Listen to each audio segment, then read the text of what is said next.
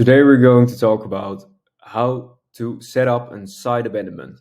I'm going to explain how to do it yourself and why it is important to set up these flows. For the people that don't know me, I'm Martijn Sietsma and I help e-commerce brands get more profits and more results out of email marketing.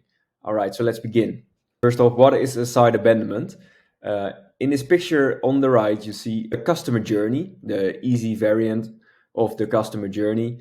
And this shows a really easy customer journey of people who visit the website and how they get from visiting the website to placing an order. So what is a site abandonment? A site abandonment comes into place when someone visits your website and then leaves before looking at any product. So this person only visits your website and then leaves. So for each step in the customer journey, we have an abandonment flow. These are the site abandonment, the browse abandonment, the cart abandonment, and the checkout abandonment. And the purpose of each of these flows are to get the person to the next part, the next touch point of the customer journey. So first off, we have site abandonment, and this comes into place when someone visits the website, doesn't look at a product, and then leaves. So in this particular flow, you want to set up a site abandonment, so all the people in the yellow visit the website and a percentage of that looks at a product. So what you want to do is when someone visits the website and then leaves, they get an automatic email to get them back and to make them go to the next touch point in the customer journey. So you want them to look at a product. And for the next flows, the browse abandonment, the cart abandonment, and checkout abandonment, you want to get the person to the next touch point to get as much placed orders as you possibly can.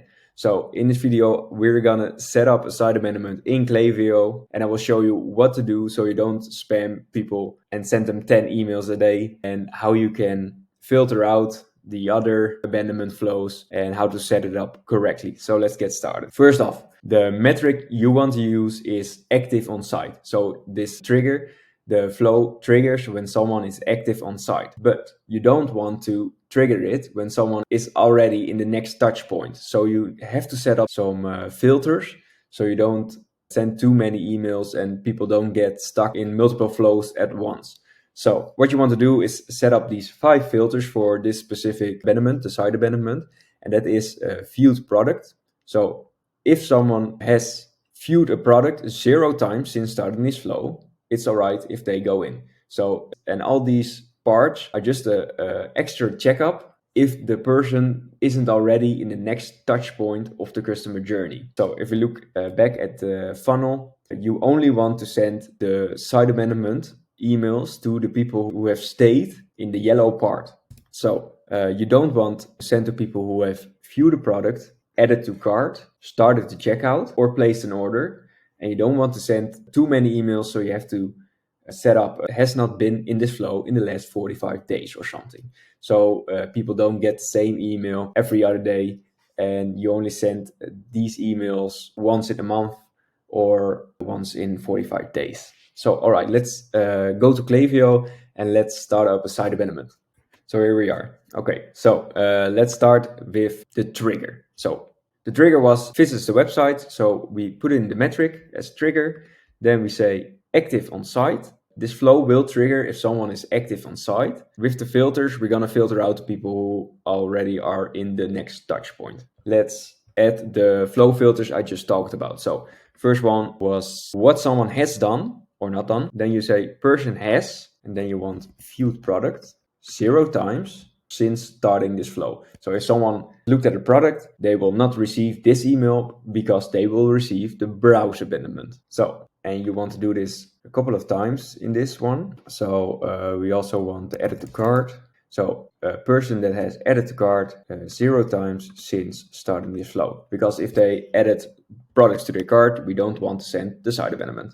And the same goes for the checkout. So what someone has done, person has started checkout 0 times since starting this flow, and what someone has done, placed order 0 times since starting this flow, and then you want the time limit. So has not been in this flow in the last, let's say 45 days. So, and now we have set up the site abandonment and the filters. So if you've done it correctly, you see flow filters 5, edit to cart, view product, start a checkout and place the order 0 times since starting this flow and has not been in this flow in the last, let's say, 45 days, whatever works for you. But I will leave that up to you. So let's say when someone is active on site, we want to wait maybe a day or maybe, let's say, 2 hours. We want to test that. So we'll say wait 1 day and wait 2 hours.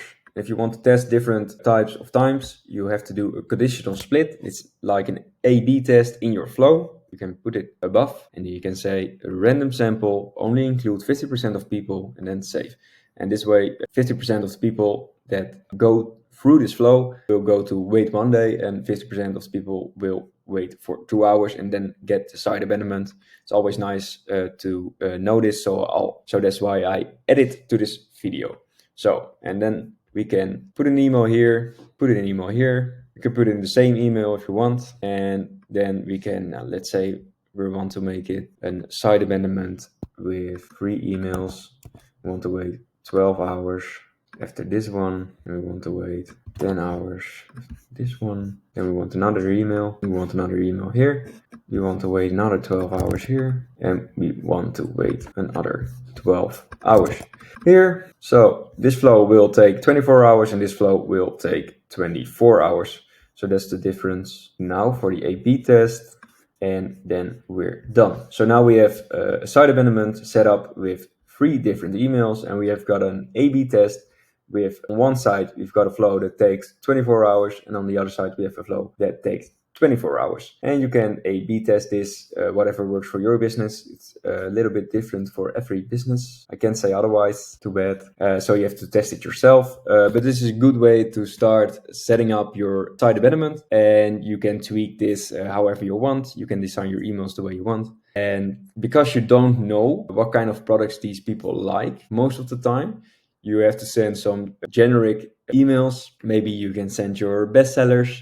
You can promote one of your best-selling products or something like this, or you can build up some trust and put some social proof in an email and try to get people to look at a product. And then when they have looked at a product, you can get them to the next part with the browse abandonment. And that's the next video I'm going to make. So this was the site abandonment, and the next flow you want to set up now is the browse abandonment, because it's the next part of the funnel. So now we've got the website visit, and we're going to promote these people to look at a product, and we do this with the site abandonment. In the next video, we're going to talk about when someone looks at a product and how we can get these people to add products in their cart. So I'll see you next video. I hope it was helpful. If you have questions or any comments, be sure to put them in the comments, and I'll try to help you as much as possible and respond to you as quick as possible. And I'll see you next time.